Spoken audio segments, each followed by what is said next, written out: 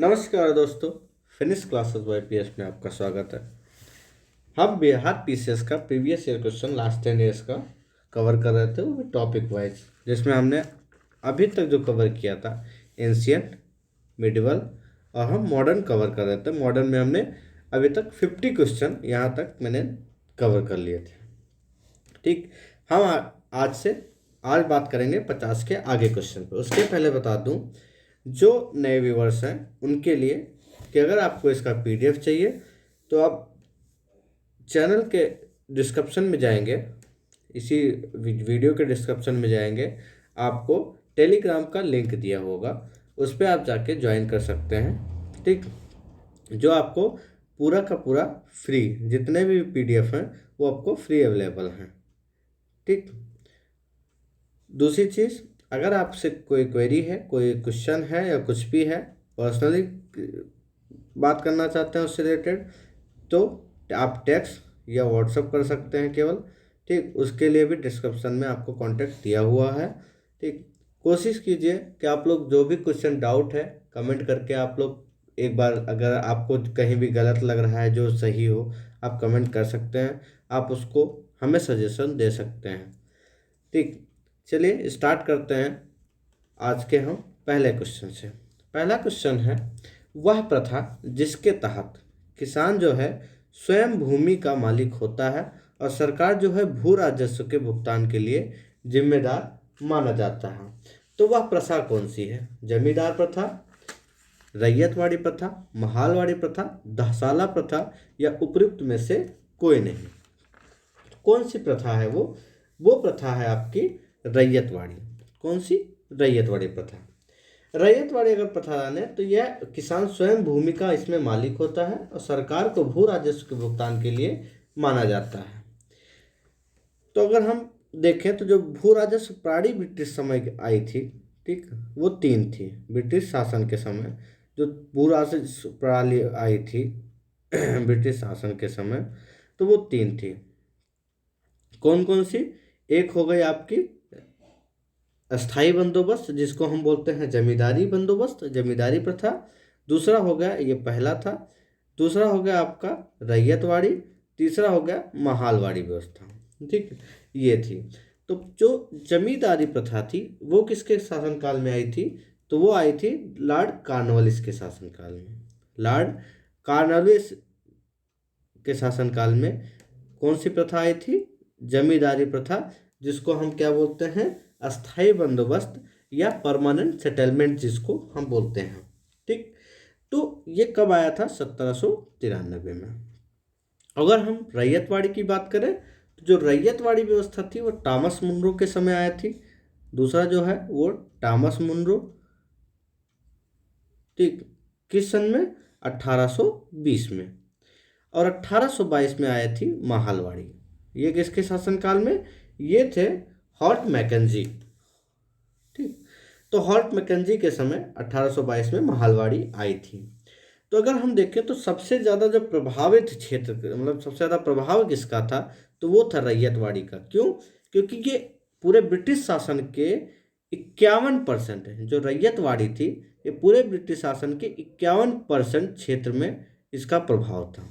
ठीक, तो अगर हम पूछें कि स्थायी बंदोबस्त का प्रभाव कितना था, तो उसका था 19%, और जो 30% था वो था महालवाड़ी व्यवस्था का। ठीक, ये कुछ भू राजस्व व्यवस्था से रिलेटेड ब्रिटिश शासन के जो बनाई गई थी। नेक्स्ट क्वेश्चन है, पागल पंथ की स्थापना किसने की थी? तो पागल पंथ की जो स्थापना थी वो करम शाह ने की थी। किसने की थी? करम शाह ने। पागल पंथ है क्या? तो यह एक अर्ध धार्मिक, क्या है? यह एक अर्ध धार्मिक संप्रदाय है। क्या था? एक अर्ध धार्मिक संप्रदाय था, जिसने उत्तरी बंगाल के करम शाह ने जिसे चलाया था। जो करम शाह का पुत्र था, उत्तराधिकारी जो टीपू था, उसने क्या किया कि धार्मिक और राजनीतिक उद्देश्यों से प्रेरित बहुत ज़्यादा था वो। तो उसने जमींदारों के द्वारा जो टेनेंट्स थे, जिसको मुजारो बोलते थे उस समय, उस पर किए गए अत्याचारों के विरुद्ध उसने आंदोलन कर दिया भैया। और 1825 ईस्वी में, 1825 ईस्वी में क्या हुआ कि टीपू ने जो था वो शेरपुर पर अधिकार कर लिया और वहाँ का राजा बन बैठा। वह इतना शक्तिशाली हो गया था कि जो स्वतंत्र सत्ता का प्रयोग करने लगा और प्रशासन को चलाने के लिए उसने एक न्यायाधीश, एक मजिस्ट्रेट और एक कलेक्टर नियुक्त किया। ठीक, तो ये था पागलपंथ के बारे में। किसने किया था? करमशाह ने। और फिर उनके जो बेटे थे टीपू के बारे में मैंने थोड़ा सा जानकारी आपको दे दी है। नेक्स्ट क्वेश्चन है, फराजी कौन थे? तो जो फराजी थे वो हाजी शरीयतुल्लाह के अनुयायी थे। किसके अनुयायी थे? हाजी शरीयतुल्लाह के। फराजी लोग थे वो बंगाल के फरीदपुर, कहाँ के? जो बंगाल था, बंगाल के फरीदपुर के जो हाजी शरीयतुल्लाह द्वारा चलाए गए एक संप्रदाय के वो अनुयायी थे। ये लोग क्या करते थे कि अनेक धार्मिक, सामाजिक, राजनीतिक आमूल परिवर्तनों को क्या करते थे? प्रतिपादन करते थे। साथ ही ठीक, और जो शरीयतुल्लाह के पुत्र थे जिनका क्या नाम था, सब लोग जानते होंगे इनको, नाम सुना होगा कहीं ना कहीं, दादू मियाँ। अगर आपने पढ़ा होगा तो दादू मियाँ। तो दादू मियाँ ने क्या किया? बंगाल से अंग्रेजों को निकालने की योजना बनाई। ठीक, तो यह विद्रोह जो चला, यह विद्रोह इन्होंने किया 1838 से 60 के दौरान। ठीक, 60 ईस्वी के दौरान किया, चलता रहा। अंत में इस संप्रदाय के जो अनुयायी थे वो किस में सम्मिलित हो गए? तो जो बहावी दल था, ठीक, उसमें सम्मिलित हो गए। कौन से दल में? अंत में ये बहावी दल में सम्मिलित हो गए। नेक्स्ट क्वेश्चन है आपका, फरेजी आंदोलन की शुरुआत किसने की? तो अभी मैंने बताया कि जो आंदोलन चलाया था तो वो किसके द्वारा? हाजी शरीयतुल्लाह। जो किसने किया था? हाजी शरीयतुल्लाह ने। नेक्स्ट क्वेश्चन है आपका, कूका आंदोलन को किसने संगठित किया? कूका आंदोलन, तो कूका आंदोलन को जो संगठन था वो किया था गुरु राम सिंह ने। सी ऑप्शन सही होगा। ठीक, कूका आंदोलन क्या था? बहावी आंदोलन से बहुत कुछ एक मिलता जुलता ये आंदोलन था, क्योंकि दोनों धार्मिक आंदोलन के रूप में आरंभ हुए, किंतु बाद में क्या हुआ? एक राजनीतिक रूप में परिवर्तन हो गए, जिसका सामान्य उद्देश्य क्या था? जो अंग्रेज थे उनको देश से बाहर निकालना था। पश्चिम पंजाब में जो पश्चिम क्षेत्र था उसमें क्या हुआ कि कूका आंदोलन की शुरुआत 1840 ईस्वी में हुई। कब हुई? 1840 ईस्वी में। किसके द्वारा? भगत जवाहर मल द्वारा। इन्हें ही मुख्यतः क्या कहा था? सियान साहब के नाम से जाना जाता है। किसको? सियान साहब के नाम से भगत जवाहर मल को पुकारा जाता था। तो गुरु राम सिंह ने कूका आंदोलन को संगठित किया और जुझारू बनाया, और इनका उद्देश्य सिख धर्म में जो प्रचलित बुराइयां हैं, अंधविश्वास को दूर कर इस धर्म को, मतलब जो सिख धर्म है उसको शुद्ध करना। 1872 ईस्वी में क्या हुआ कि 1872 ईस्वी में इस आंदोलन के जो एक नेता राम सिंह को रंगून निर्वासित कर दिया गया।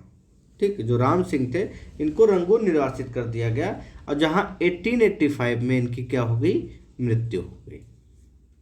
ठीक, तो ये थे आपके कूका आंदोलन से रिलेटेड। नेक्स्ट क्वेश्चन है, 1875 के दक्कन के दंगों का तत्कालिक कारण क्या था? जो दक्कन में दंगा हुआ था उसका तत्कालिक कारण क्या था? तो उस समय अकाल की छाया, महाजनों के द्वारा ऊंची ब्याज पर और ऊंची भू राजस्व दर, जबरदस्ती किए गए धार्मिक सुधार का विरोध, लास्ट है उपयुक्त में से कोई नहीं, उपयुक्त में से एक से अधिक। क्या था? तो ये ऑप्शन जो था वो आपका होगा महाजनों के द्वारा ऊंची ब्याज जो लगाई जाती थी उसकी वजह से ये तत्कालिक कारण बना था दक्कन के दंगों को।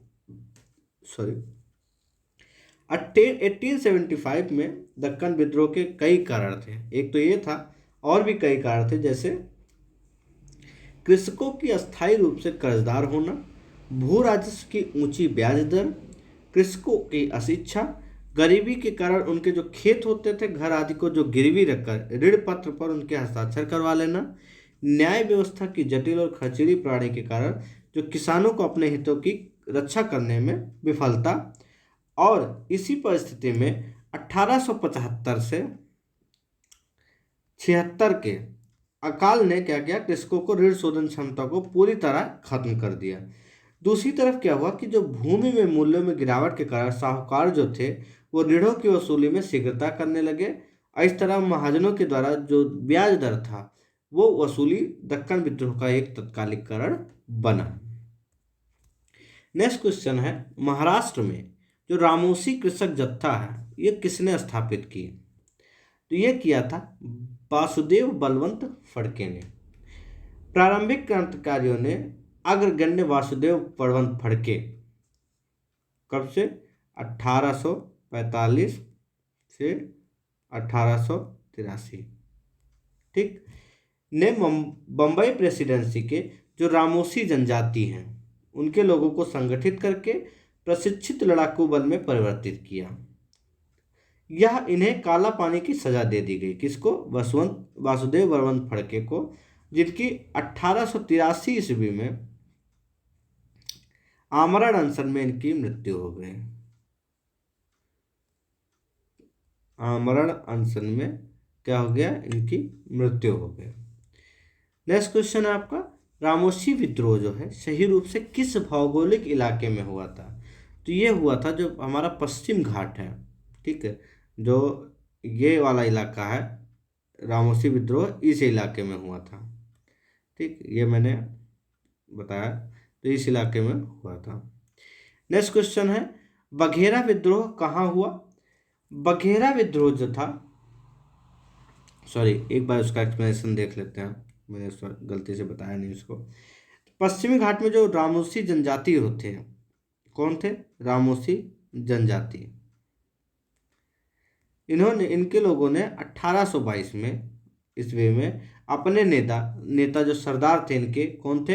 चित्तूर सिंह। कौन नेता सरदार थे इनके? चित्तूर सिंह थे।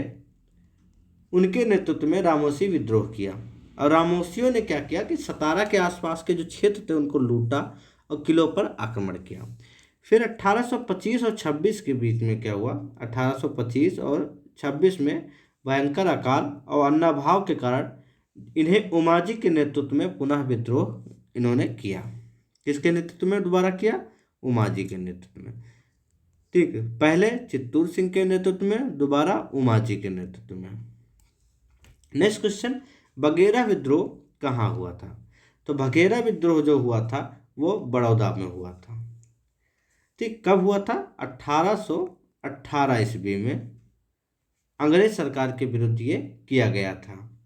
बड़ौदा के जो गायकवाड़ थे उन्होंने अंग्रेजी सेना की सहायता से बघेरों से अधिक कर एकत्र करने का प्रयत्न किया, जिसके परिणामस्वरूप जो बघेरा सरदार थे उन्होंने क्या कर दिया भाई? विद्रोह कर दिया। 1818-1819 में अंग्रेजी प्रदेश पर भी आक्रमण किया, और यह विद्रोह 1820 के आसपास क्या हो गया? समाप्त हो गया, ठीक, इस विद्रोह को। नेक्स्ट क्वेश्चन है, मानव बलि प्रथा का निषेध करने के कारण अंग्रेजों के विरुद्ध जो विद्रोह करने वाले जनजाति हैं उनका नाम क्या है? भैया उनका नाम बताना है आपको, कुकी, खोंड, उराव, नायकदा। तो उनका जो नाम है वो खोंड जनजाति है। कौन सी जनजाति है? खोंड जनजाति है।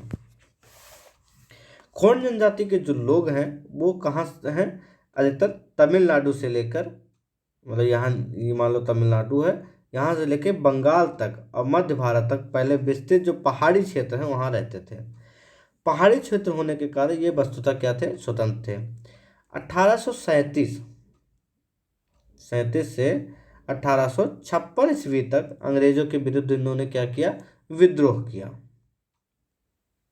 ठीक। किसने? खोंड ने।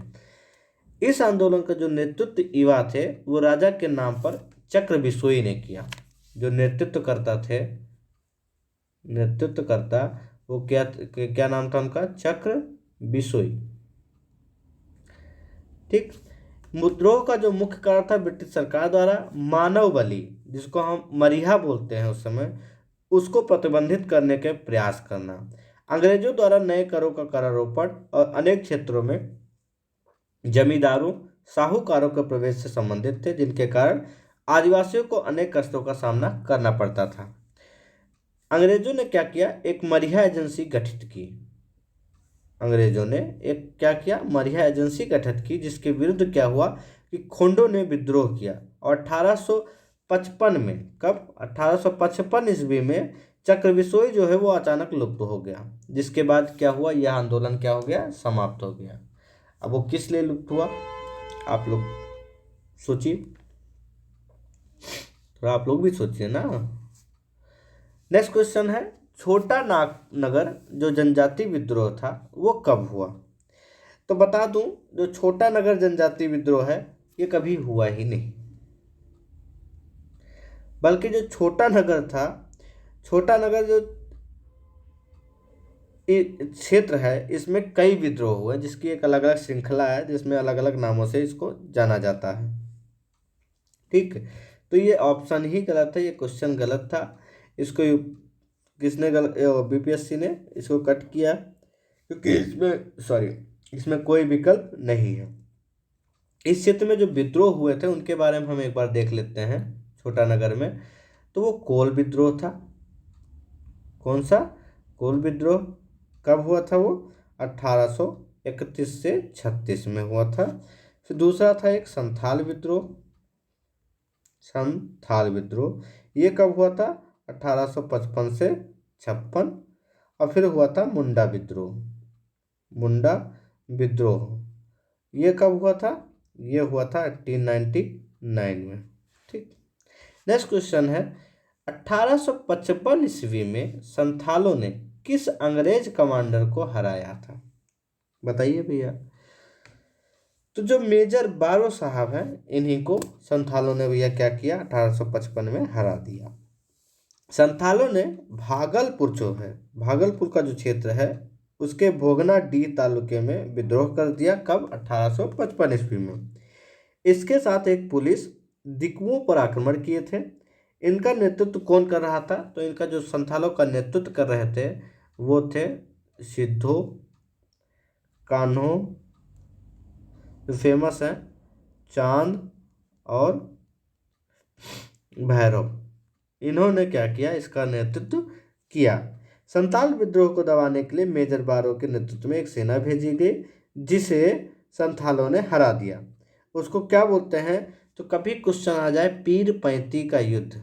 क्या है, पीर पैंती का युद्ध किससे रिलेटेड है, तो ये ब्रिटिश सरकार और संथालों से रिलेटेड है। ठीक, जिसमें ब्रिटिश सरकार को हरा दिया था, तो पीर पैंती का युद्ध।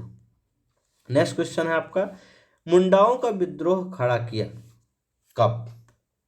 तो मुंडाओं का विद्रोह जो खड़ा हुआ था वो 1895 में। जो मुंडा आदिवासी थे उनका विद्रोह 1899-1900 के बीच में हुआ था। इसका जो नेतृत्व कौन किया था, तो नेतृत्व करता थे आपके बिरसा मुंडा साहब। कौन थे, बिरसा मुंडा। मुंडा जनजाति में सामूहिक खेती का प्रचलन था, लेकिन जागीरदारों, जो ठेकेदार होते थे, बनिए होते थे, सुरगुर होते थे, उन्होंने क्या किया, जो सामूहिक खेती परंपरा पर क्या किया, हमला बोल दिया। और मुंडा सरदार क्या 30 वर्ष तक सामूहिक खेती के लिए लड़ते रहे, किंतु विकल्प निकटतम क्या था माना जाता है, 1895 दिया गया।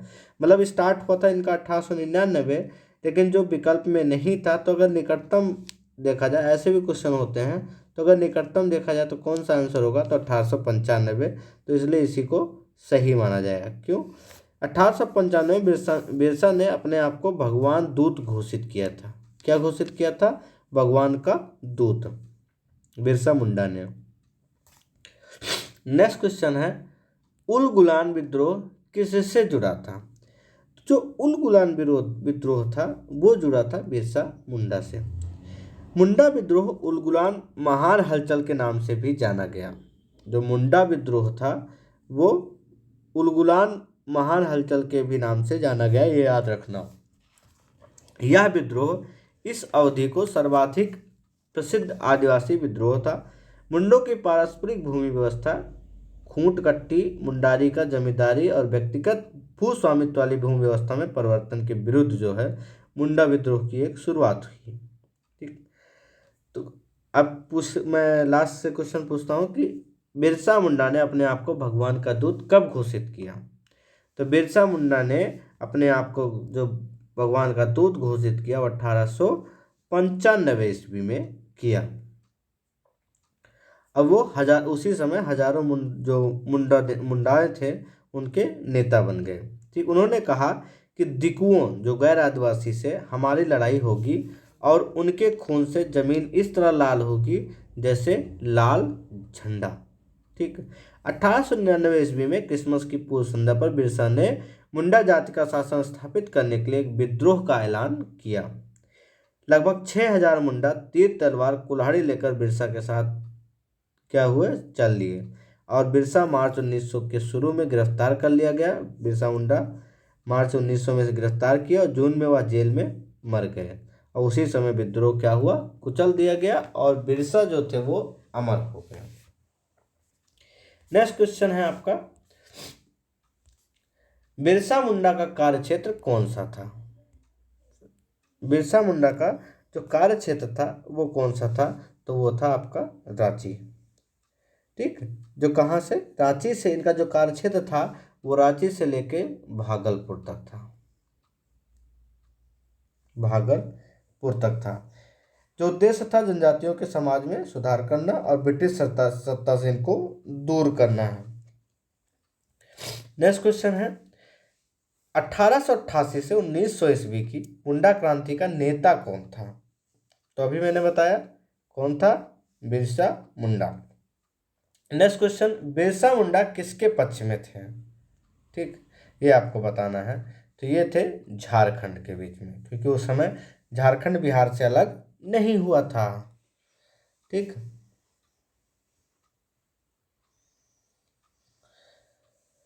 जो एक चीज, एक फैक्ट और है इसमें, जब बिहार विभाजन कर झारखंड राज्य की स्थापना की गई तो बिरसा मुंडा को उसमें श्रद्धांजलि देने हेतु जो झारखंड राज्य की स्थापना थी वो बिरसा मुंडा के जन्म दिवस पे कब किया गया, 15 नवंबर को।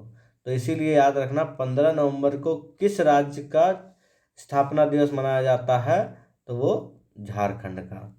अब किसकी याद में, तो बिरसा मुंडा की श्रद्धांजलि देने हेतु, उन्हीं की याद में। नेक्स्ट क्वेश्चन है, 1831 में बुद्धो भगत के नेतृत्व में कोल विद्रोह किस क्षेत्र में हुआ? तो वो हुआ था सिंहभूम में। कहाँ पे, सिंहभूम में हुआ था। 1831 में क्या हुआ, बुद्धो भगत के नेतृत्व में कोल विद्रोह जो छोटा नागपुर के क्षेत्र के सिंहभूम, पलामू, हजारीबाग और मानभूम क्षेत्रों में हुआ। इस विद्रोह का जो स्वरूप था वो आर्थिक और राजनीतिक था। इस विद्रोह के पनपने का जो सर्वप्रमुख कारण था इन क्षेत्रों के जो जमींदारों द्वारा अत्यधिक बढ़ाया जाना। 31 में क्या हुआ, बुद्धो भगत की मृत्यु हो गई।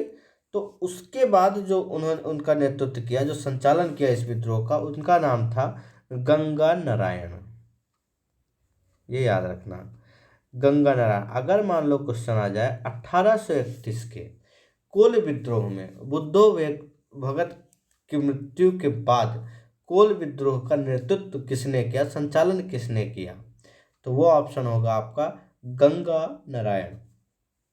यह विद्रोह रुक रुक कर 1848 ईस्वी तक चलता रहा। बाद में क्या हुआ, ईस्ट इंडिया कंपनी द्वारा इस विद्रोह का दमन कर दिया गया। नेक्स्ट क्वेश्चन है, हौज विद्रोह हुआ। तो हौज विद्रोह कहाँ हुआ था? हौज विद्रोह हुआ था 1820 से 21 के बीच में। सी ऑप्शन सही होगा। ठीक, कहाँ हुआ था, इसका जो केंद्र था वो संथाल परगना था।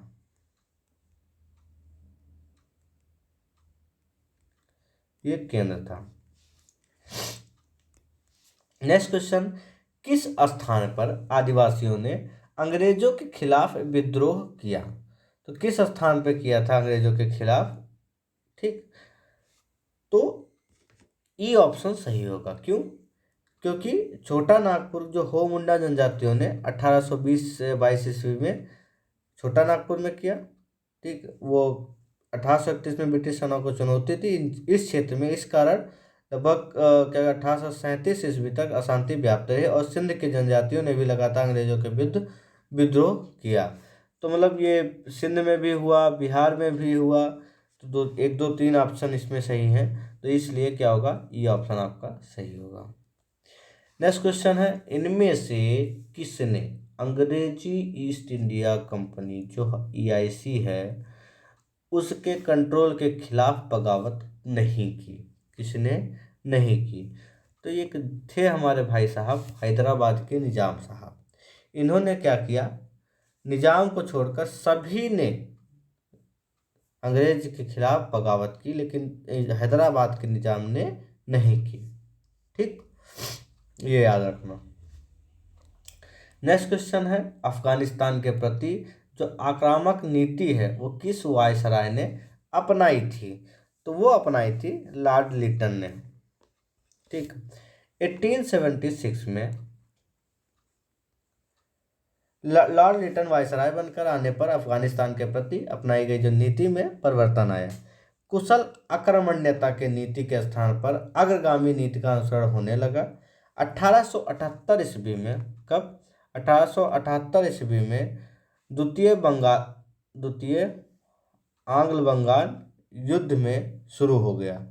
और 1879 में एक संधि होती है जिसको हम बोलते हैं गंडमक संधि।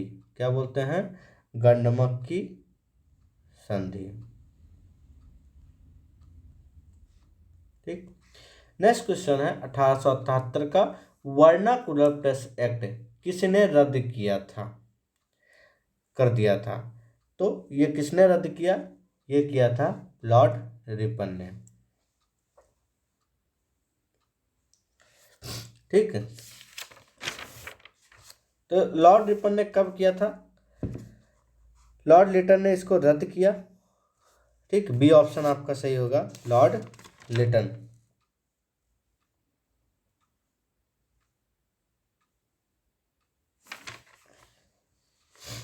सॉरी, लॉर्ड लिपन होगा, रिपन होगा, इन्होंने रद्द किया था। तो भारतीय भाषाओं के समाचार पत्रों को अंग्रेजी भाषा के समाचार पत्रों के ही इसने समान स्वतंत्रता दी थी। और वर्नाकुलर प्रेस एक्ट 1878 में लॉर्ड लिटन के कार्यकाल में पारित हुआ था। तो कब हुआ था? 1878 में पारित हुआ था। ठीक, सॉरी, 1878 में पारित हुआ था। किसके काल में? लॉर्ड लिटन के काल में ये पारित हुआ। लेकिन 1878 का जो वर्नाकुलर प्रेस, तो लॉर्ड लिपन ने रद्द जो किया वो कब किया? 1882 में। ठीक, ये भी याद रखना, इसलिए मैं कंफ्यूज हो गया था कि यहाँ का लिखा हुआ, ये थोड़ा ध्यान, शब्दों का ध्यान रहता है। 1878 का वर्नाकुलर प्रेस एक्ट किसने रद्द किया? तो वो लॉर्ड रिपन ने 1882 में किया। 1878 में किसने एक्ट बनाया था? तो लॉर्ड लिटन ने बनाया था। यह अधिनियम जो था वह मुंह बंद करने वाला अधिनियम कहा गया। ठीक, इस अधिनियम का सबसे घिनौना पक्ष यह था कि इसने देसी भाषा अंग्रेजी भाषा के समाचार पत्रों में भेदभाव किया था और इसने अपराधों को अपील करने का अधिकार नहीं था। एक्ट द्वारा क्या किया गया, जो जिला मजिस्ट्रेट को यह अधिकार दे दिया गया कि किसी भी भारतीय भाषा के समाचार पत्र से जो बॉन्ड पेपर है उस पर हस्ताक्षर करवा ले कि यह कोई भी ऐसी सामग्री नहीं छापेगा जो समाज सरकार विरोधी हो।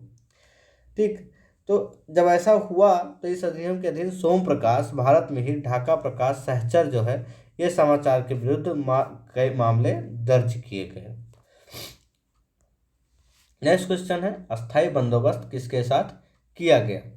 तो अस्थाई बंदोबस्त जो हुआ वो किसके साथ हुआ? वो जमींदारों के साथ। किसके साथ? जमींदारों के साथ। 1793 ईस्वी में लॉर्ड कॉर्नवालिस ने भू राजस्व की अस्थाई बंदोबस्त प्रणाली का प्रारंभ किया। इसे इस्तमरारी, जागीरदारी, मालगुजारी या बीसवेदारी आदि विभिन्न नामों से भी जाना जाता है और इसे परमानेंट सेटलमेंट भी कहा जाता है। यह व्यवस्था बंगाल, बिहार, उड़ीसा, उत्तर प्रदेश के वाराणसी एवं उत्तरी कर्नाटक में लागू थी। इसके अंतर्गत समूचे ब्रिटिश भारत के जो क्षेत्रफल का लगभग 19%, कितना? लगभग 19% जो हिस्सा था वो शामिल था। इस व्यवस्था के अंतर्गत क्या हुआ, जो जमींदारों के नए नए वर्ग को भूस्वामित घोषित कर दिया गया। और इसमें जो भूमि के लगान का 10/11 भाग जो था वो कंपनी को देना था, और 1/11 भाग था वो अपनी सेवाओं के लिए अपने पास रखना था। ठीक है, तो अस्थाई बंदोबस्त के अंतर्गत जो जमींदार होते थे, जो छोटे पूंजी होते थे, उन्हें क्या होते थे, वो भद नवाब थे, उनको कहा जाता था। नेक्स्ट क्वेश्चन, बिहार में परमानेंट सेटलमेंट लागू करने का कारण क्या था। तो परमानेंट सेटलमेंट लागू करने का जो कारण था वो आपका ऑप्शन होगा सी, भू राजस्व का राजस्व निर्णय। लॉर्ड कॉर्नवालिस के समय भू राजस्व व्यवस्था आरंभ में 10 वर्षीय व्यवस्था के रूप में 1790 ईस्वी में लागू की गई, जो 22 मार्च 1793 को परमानेंट सेटलमेंट अस्थायी बंदोबस्त के स्थापित हुई।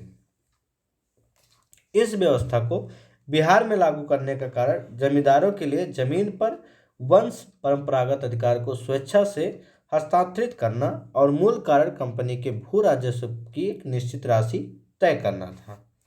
ठीक, तो आज के लिए हम 25 क्वेश्चन कर रहे हैं, क्योंकि थोड़ा माइक में प्रॉब्लम आ गई थी इसलिए आवाज़ जो है ज़्यादा गूंज रही है। तो आज हम यहीं रोकते हैं आज का क्वेश्चन। नेक्स्ट हम कल से स्टार्ट करेंगे। ठीक है, और ये 3-4 पार्ट में मॉडर्न जाएगा, क्योंकि इसमें क्वेश्चन जो है बिहार पीसीएस प्रीवियस उसके से बहुत ज़्यादा हैं, तो ये 3-4 पार्ट खींचेगा। उसके बाद हम नेक्स्ट टॉपिक पे आएंगे। ठीक, thank you so much. Please आप लोग शेयर, कमेंट्स, लाइक ज़रूर करें, सब्सक्राइब ज़रूर करें, और साथ साथ बेल आइकन ज़रूर दबाएं, जिससे आपको जो हमारे वीडियोज़ हैं उसके नोटिफिकेशन आपको मिलते रहें। Thank you so much.